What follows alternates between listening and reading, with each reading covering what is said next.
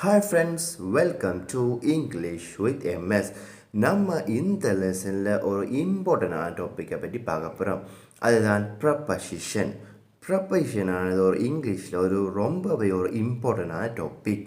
So preposition நம்ம எங்கே use பண்ணணும்னு சொன்னால், அதாவது பிஃபோர் நவுன், நவுனுக்கு முன்னால் யூஸ் பண்ணலாம் அல்லது ப்ரனவுன்ஸுக்கு முன்னால் யூஸ் பண்ணலாம். இந்த ப்ரப்பசிஷன் அதாவது நிறையத்தை மென்ஷன் பண்ணும். அதாவது டைம், அதாவது டைமை மென்ஷன் பண்ணுற ப்ரப்போசிஷன் இருக்குது, பிளேஸை மென்ஷன் பண்ணுற ப்ரப்போசிஷன் இருக்குது, பொசிஷனை மென்ஷன் பண்ணுற ப்ரப்போசிஷன் இருக்குது, அதே மாதிரி மெத்தட்டையும் மென்ஷன் பண்ணுற ப்ரப்போசிஷன் இருக்குது. இப்படி நிறைய விஷயத்தை மென்ஷன் பண்ணுற ப்ரப்போசிஷன் இருக்குது. ஸோ நம்ம முதலாவது ப்ரப்போசிஷனில் டைமை மென்ஷன் பண்ணுற ப்ரப்போசிஷனை பார்ப்போம் இன்றைக்கு. ஸோ அதில் முதலாவது ஒன்னண்ட ப்ரப்போசிஷன் என்னத்துக்கு முன்னால் யூஸ் பண்ணுவாங்கன்னு சொன்னால் டேஸுக்கு முன்னால் யூஸ் பண்ணுவாங்க. அதாவது one Monday, one Wednesday, one Sunday. So இப்படி ஒன்றுன்றது டைம் மென்ஷன் பண்ணக்குள்ள டேஸுக்கு முன்னால் ஒன்றுன்றதை யூஸ் பண்ணுவாங்க. இரண்டாவது இன்னன்றதை பல விதமான டைம்ஸை மென்ஷன் பண்ணுறதுக்கு முன்னால் யூஸ் பண்ணுவாங்க. அதில் முதலாவது மந்த், அதாவது மாதத்துக்கு முதல் யூஸ் பண்ணுவாங்க. in January, in July, in September. So இப்படி நம்ம என்று சொல்கிறத மந்த்துக்கு முன்னால் யூஸ் பண்ணலாம். நெக்ஸ்ட் சீசன், அதை மென்ஷன் பண்ணுறதுல யூஸ் பண்ணுவாங்க. It means in winter season, in spring, in summer season. So அதுக்கு முன்னாலேயும் யூஸ் பண்ணுவாங்க.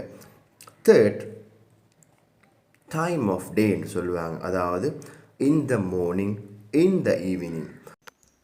ஸோ அடுத்தது இந்த இன்னண்ட டைம் ப்ரப்போசிஷனை இயர்ஸுக்கு முன்னாலேயும் யூஸ் பண்ணுவாங்க. இன் 2015, இன் 2016, இன் 1992. ஸோ இப்படி நம்ம அந்த இன்னன்னு சொல்கிறத இயருக்கு முன்னாலேயும் யூஸ் பண்ணலாம். அடுத்தது டைமை மென்ஷன் பண்ணுற ப்ரப்போசிஷன் அட்.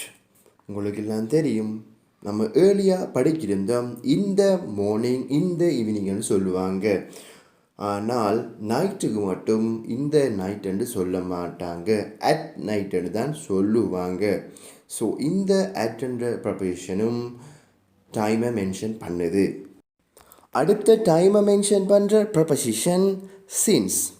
ஸோ இதுக்கு ஒரு எக்ஸாம்பிள் ஒன்று பார்த்து வருவோம். I have been studying English since 2010. இதில் மீனிங் என்னென்னு சொன்னால், நான் இங்கிலீஷ் படித்து கொண்டு இருக்கிறேன் 2010ஆம் ஆண்டிலிருந்து. ஸோ இந்த சின்ஸ் யூஸ் பண்ணக்குள்ள அது பாஸ்டில் வரும், ஆனால் இப்போவும் நடந்து கொண்டிருக்கிற ஆக்ஷன். ஸோ நீங்கள் இங்கிலீஷ் படித்து கொண்டு இருக்கீங்க 2010ஆம் ஆண்டில் இருந்து, அது நீங்கள் 2010ஆம் ஆண்டும் படித்து இருந்தீங்க, இப்போவும் இங்கிலீஷ் படித்து கொண்டு இருக்கீங்க. ஸோ அந்த சின்ஸ் என்று சொல்கிறது பாஸ்டில் இருந்து ப்ரெசண்ட்டுக்கு, அதாவது டில் நவ், இப்போ வரைக்கும் வருது. அடுத்த டைமை மென்ஷன் பண்ணுற ப்ரப்போசிஷன் ஃபோர். இதுக்கு ஒரு எக்ஸாம்பிள் ஒன்று பார்ப்போம். I am working at hospital for 2 years. அதாவது இதில் அர்த்தம் என்று சொன்னால், நான் ஹாஸ்பிட்டலில் வேலை செஞ்சு கொண்டு இருக்கேன் 2 வருடங்களாகனு தான் அதில் அர்த்தம். அதாவது நான் 2 வருடங்களாக வேலை செய்து கொண்டிருக்கின்றேன் என்று அர்த்தம். அந்த பாஸ்டில் 2 வருடம் வேலை செஞ்சு கொண்டிருந்தேன், இப்போவும் வேலை செஞ்சு கொண்டிருக்கின்றேன். அதாவது டில் நவ், டில் நவ், அதாவது ஃபாஸ்ட்டில் 2 வருஷம் வேலை செஞ்சேன், இப்போவும் 2 வருஷம் வேலை செஞ்சது பிறகும் இப்போ வரைக்கும் நான் அந்த ஹாஸ்பிட்டலில் வேலை செஞ்சு கொண்டிருக்கேன் என்றதை அதில் அர்த்தம். அடுத்த டைமை மென்ஷன் பண்ணுற ப்ரப்போசிஷன் எகோ. இதுக்கு ஒரு எக்ஸாம்பிள் ஒன்று பார்ப்போம். I completed my degree 2 years ago. அதாவது நான் 2 வருடங்களுக்கு முன்னால் எனது டிகிரியை கம்ப்ளீட் பண்ணித்தேன் அர்த்தம். ஸோ இது ஒரு இம்பார்ட்டண்டான ப்ரப்போசிஷன். அடுத்த டைமை மென்ஷன் பண்ணுற ப்ரப்போசிஷன் பிஃபோர். ஸோ இதுக்கு ஒரு எக்ஸாம்பிள் ஒன்று பார்ப்போம். My grandmother passed away before 2016. So எனது கிராண்ட் மதர் 2016ஆம் ஆண்டுக்கு முன்னல் இறந்து விட்டார் தான் இதில் அர்த்தம். ஸோ இதை என்ன செய்யும்னு சொன்னால், இந்த பிஃபோர் ஆனது ஒரு சர்டன் பாயிண்ட் ஆஃப் டைமை ஒரு மென்ஷன் பண்ணுறதா இருக்கும். அடுத்த டைமை மென்ஷன் பண்ணுற ப்ரிப்போசிஷன் டூ. இதுக்கு ஒரு எக்ஸாம்பிள் உண்டு பார்ப்போம். 10 to 6, அதாவது 5:50. அதைத்தான் அவங்க சொல்கிறாங்க 10 to 6, அதாவது 6 மணிக்கு 10 நிமிடங்கள் இருக்குது. நம்ம எப்படி சொல்லுவோம்? 5:50 அட் ஒரு டைம்னு சொல்லக்கூடாது. Now time is 5:50. ஆனால் ஃபாரினில் எப்படி சொல்லுவாங்க சொன்னால் அட் ஒரு டைம்னு சொல்லக்குள்ள 10 to 6ன்னு சொல்லுவாங்க. அதாவது 6க்கு 10 நிமிடங்கள் உண்டு.